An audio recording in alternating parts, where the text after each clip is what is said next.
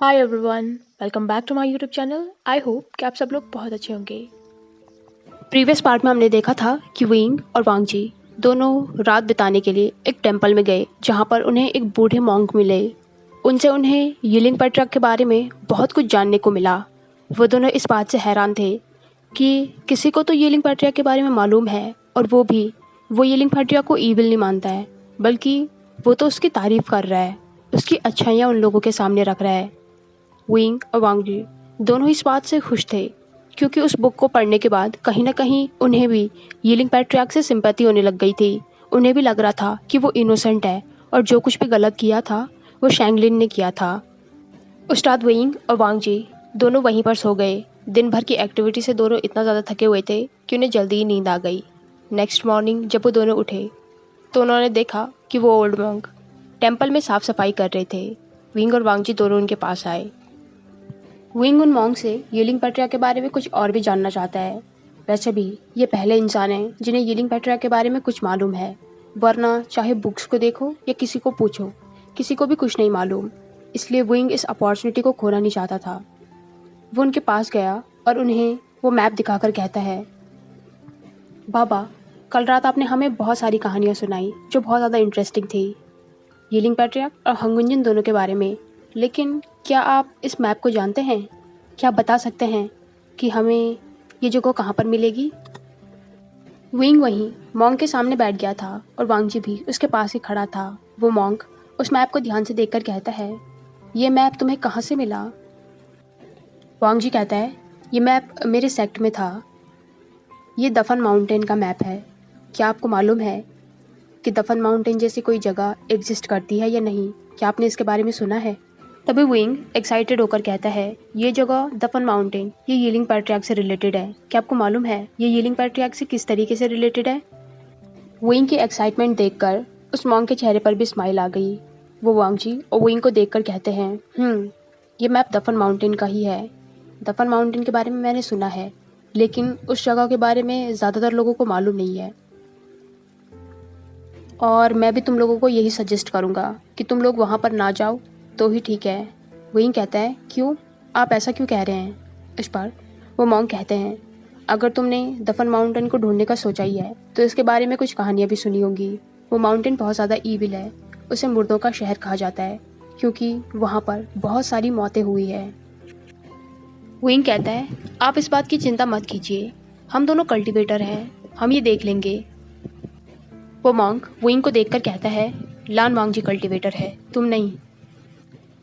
इस बात पर विंग ने वांगजी की तरफ देखा, क्योंकि उसने तो उस मॉन्क को बताया नहीं कि वो कल्टीवेटर नहीं बल्कि एक फार्मर है। वो नर्वसली हंसकर कहता है, आपसे किसने कहा कि मैं कल्टीवेटर नहीं हूँ? लानजान, क्या तुमने कहा है? वांगजी ने इस बात पर अपना हेड शेक किया। वो मॉन्क विंग को देखकर कहता है, उसने मुझे कुछ भी नहीं कहा। लान वांगजी से मुझे उसकी स्पिरिचुअल एनर्जी महसूस हो रही है, लेकिन तुमसे नहीं हो रही है। इसका मतलब उसके पास गोल्डन कोर है और तुम्हारे पास नहीं। तुम्हारे पास गोल्डन कोर नहीं है, इसका मतलब तुम एक मॉर्टल हो, न कि एक कल्टीवेटर। और अगर तुम उस तरीके की ईविल जगहों पर जाओगे तो रिसेंटफुल एनर्जी तुम पर असर कर सकती है। इस बात पर विंग खड़ा हो गया। वो अपने आर्म्स फोल्ड करके कहता है, क्या हुआ अगर मैं कल्टीवेटर नहीं हूँ? मुझ में कल्टीवेटर से ज़्यादा अच्छी स्किल्स हैं। वो वांगजी को कोहनी मारकर कहता है, लानजान, तुम बताओ ना। इस बात पर वांगजी ने नोट किया। वो कहता है, विंग कल्टीवेटर नहीं है, लेकिन उसकी स्किल्स किसी कल्टीवेटर से कम भी नहीं है। इस बात से विंग के चेहरे पर एक बड़ी सी स्माइल आ गई, लेकिन वो मॉन्क अभी भी विंग को कन्फ्यूजन भरी नज़रों से देख रहा था। तो विंग कहता है, बाबा, आप मेरी चिंता मत कीजिए, देखिए मेरे पास ये है। उसने अपने गले से वो पेंडेंट निकाला जिसकी मदर ने उसे दिया था। वो कहता है, ये मेरी माँ ने मुझे दिया है। ये पेंडेंट इविल पावर को मुझसे दूर रखेगा, तो आप मेरी चिंता मत कीजिए। उसकी ये बात सुनकर उन मॉन्क के चेहरे पर भी बड़ी सी स्माइल आ गई। वो कहते हैं, ठीक है, मैं समझ गया, तुम बहुत ज़्यादा स्ट्रांग हो। विंग फिर से बैठकर कहता है, तो फिर क्या आप हमें ये रास्ता बताएंगे? इस पर उस मॉन्क ने नोट किया। वो कहता है, इस टेम्पल के पीछे से ही ये रास्ता स्टार्ट होता है। तुम आगे बढ़ते रहोगे तो तुम्हें रास्ता मिलता जाएगा। इस मैप को फॉलो करते रहना। मैं इस पर कुछ निशान लगा देता हूँ ताकि तुम्हें पहचानने में आसानी हो। इस पर विंग ने नोट किया। मॉन्क ने उस मैप पर कुछ निशान लगाए और उसे विंग को दिया। विंग उस मैप को फोल्ड करके कहता है, लेकिन बाबा आपने ये तो बताया ही नहीं कि ये प्लेस यीलिंग पैट्रियार्क से किस तरीके से रिलेटेड है। वो मॉन्क कहता है, इस बारे में मुझे ज़्यादा जानकारी नहीं है, ये तुम्हें वहीं जाकर पता चलेगा, लेकिन शायद यीलिंग पैट्रियार्क से रिलेटेड कोई चीज़ वहाँ पर है। तुम वहाँ जाओगे तो तुम्हें पता चल जाएगा। इस पर विंग और वांगची दोनों ने नोट किया। विंग वो करके कहता है, ठीक है, फिर हम आपसे वापस आकर मिलेंगे। वांगची ने भी उन्हें ग्रीट किया। वो दोनों जाने ही वाले थे, तभी वो मॉन्क उन्हें रोककर उन्हें कुछ फल देकर कहता है, इसे तुम दोनों रास्ते में खा लेना, तुम्हारी जर्नी लंबी होगी।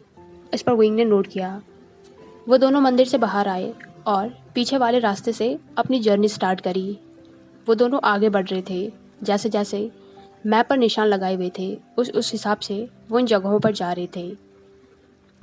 इस जर्नी को कंटिन्यू करते करते उन दोनों को बहुत दिन बीत गए थे। वो पहाड़, छोटे छोटे गांव, शहर, सबको पार करके आगे बढ़ रहे थे। बीच बीच में वो वहाँ पर आसपास के लोगों की मदद भी कर दिया करते थे। विंग को तो ये जर्नी बहुत ही ज़्यादा एक्साइटिंग लग रही थी। उसके लिए ये सब कुछ किसी नए एडवेंचर से कम नहीं था। वांगची उसे बीच बीच में याद भी दिला रहा था कि उसे किसी भी तरीके से इस जर्नी को उसके 18th बर्थडे से पहले ख़त्म करना है, क्योंकि उसके अंकल ने साफ साफ कहा है कि 18th बर्थडे उसे अपने सेक्ट में सेलिब्रेट करना है।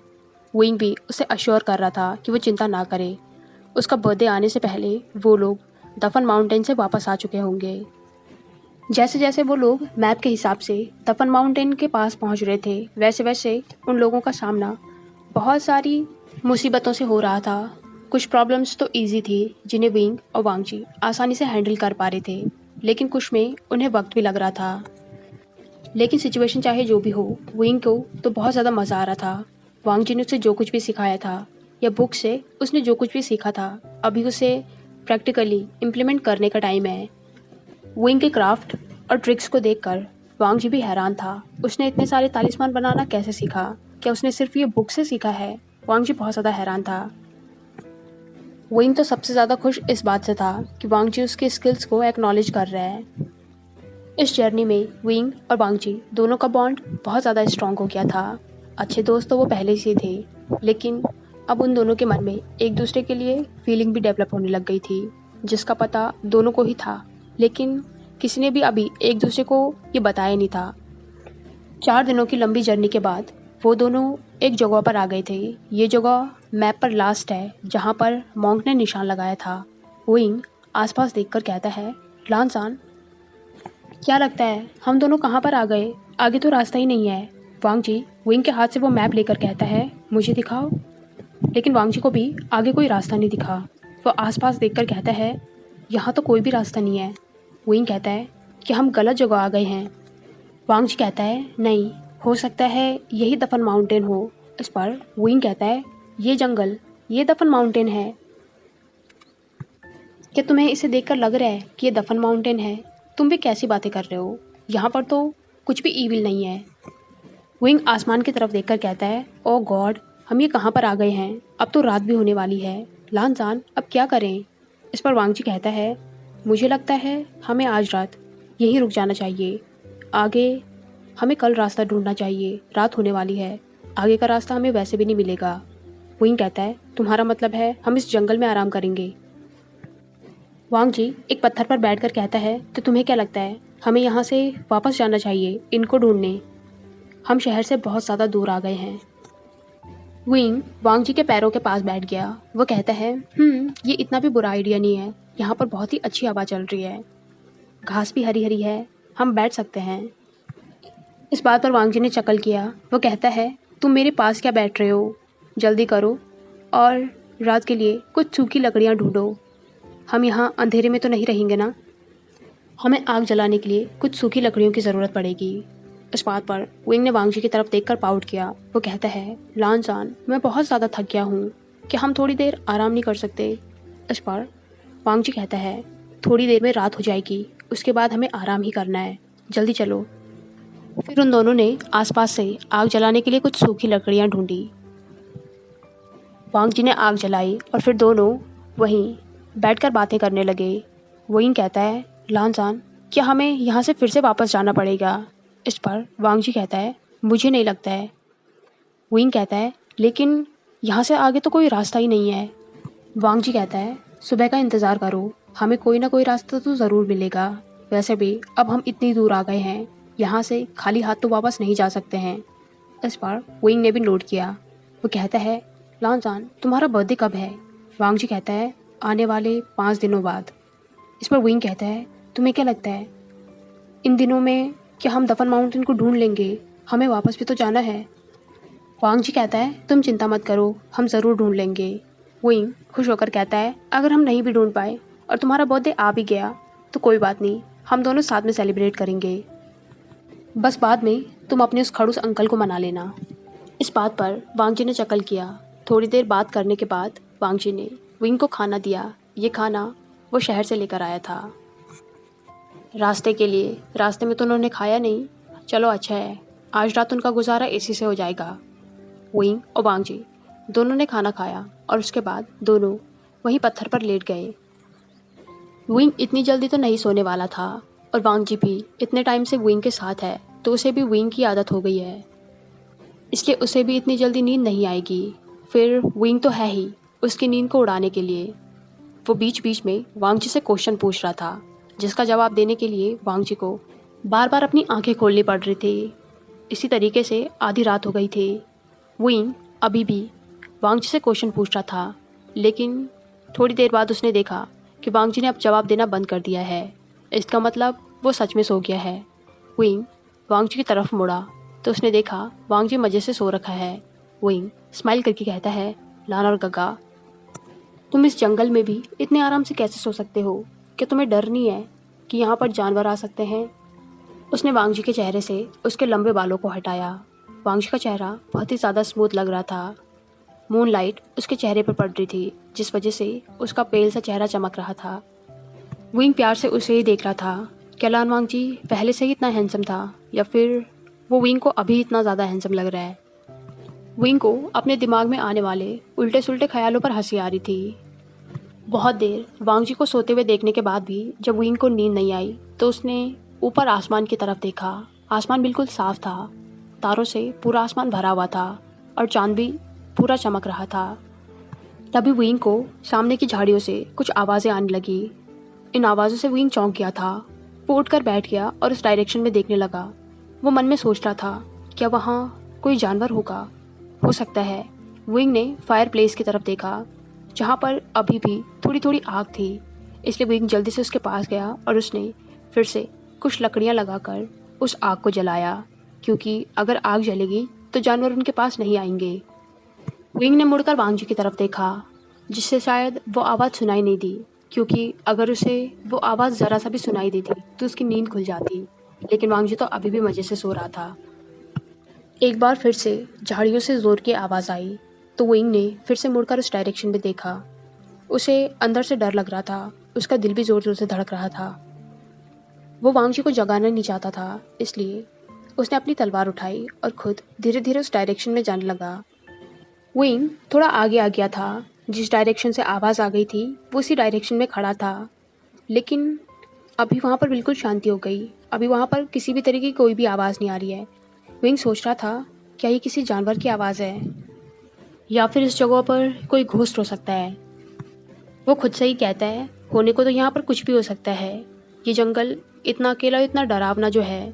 फिर उसने वांग जी की तरफ देखा, जो अभी भी मज़े से सो रखा था। विंग कहता है, तुम मज़े से सोए रहो, तुम्हें तो मैं कल बताऊँगा। विंग थोड़ी देर वहीं पर खड़ा रहा। जब थोड़ी देर तक कोई भी आवाज़ नहीं हुई तो विंग वापस आने को मुड़ा।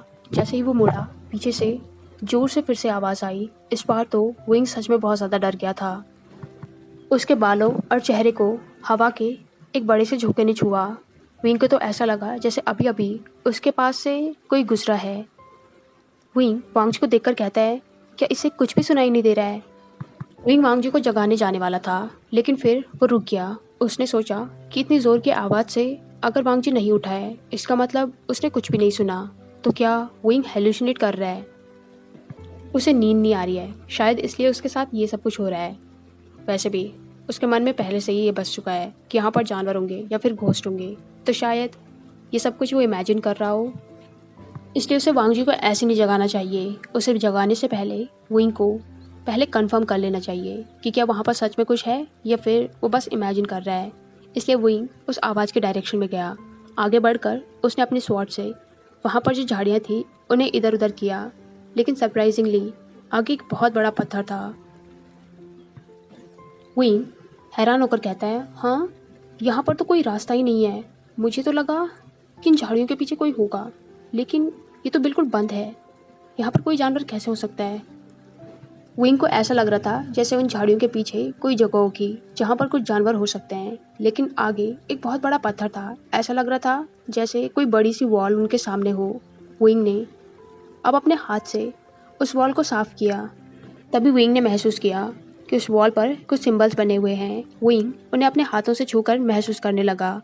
मूनलाइट इतनी भी ज़्यादा ब्राइट नहीं थी कि उसे वो निशान साफ साफ दिखाई दे, इसलिए वो छूकर महसूस करने की कोशिश कर रहा था। जैसे ही विंग ने थोड़ी देर अपना हाथ उन निशानों पर फहराया, वैसे ही उसे ज़ोर से कुछ लोगों के चिल्लाने की आवाज़ आने लगी। विंग ने इधर उधर देखा, लेकिन आसपास कोई भी नहीं था। तभी उसे महसूस हुआ कि ये आवाज़ इस वॉल के पीछे से आ रही है। जैसे ही विंग ने अपना कान उस वॉल पर लगाया, वैसे ही किसी इनविजिबल फोर्स ने उसे ज़ोर से धक्का दिया। विंग अपनी जगह से सीधे उछलकर वांग जी के पास जाकर गिरा। विंग के गिरने की आवाज़ इतनी ज़्यादा ज़ोर से आई कि वांग जी चौंक कर उठ गया। उसने देखा तो विंग उसके सामने गिरा हुआ था, जो कि ज़ोर ज़ोर से खांस रहा था। उसके मुंह से ब्लड निकल रहा था। ये देखकर वांग जी चौंक गया था। यहाँ पर क्या हुआ? उसने विंग को पीछे से पकड़ा। उसे देखकर कहता है, विंग, क्या हुआ है? लेकिन विंग तो खांसने में बिजी था। हाय एवरीवन, आई होप कि आपको ये पार्ट पसंद आया हो। अगर आपको ये वीडियो पसंद आई हो तो इसे लाइक, कमेंट, शेयर और चैनल को पक्का से सब्सक्राइब कीजिए।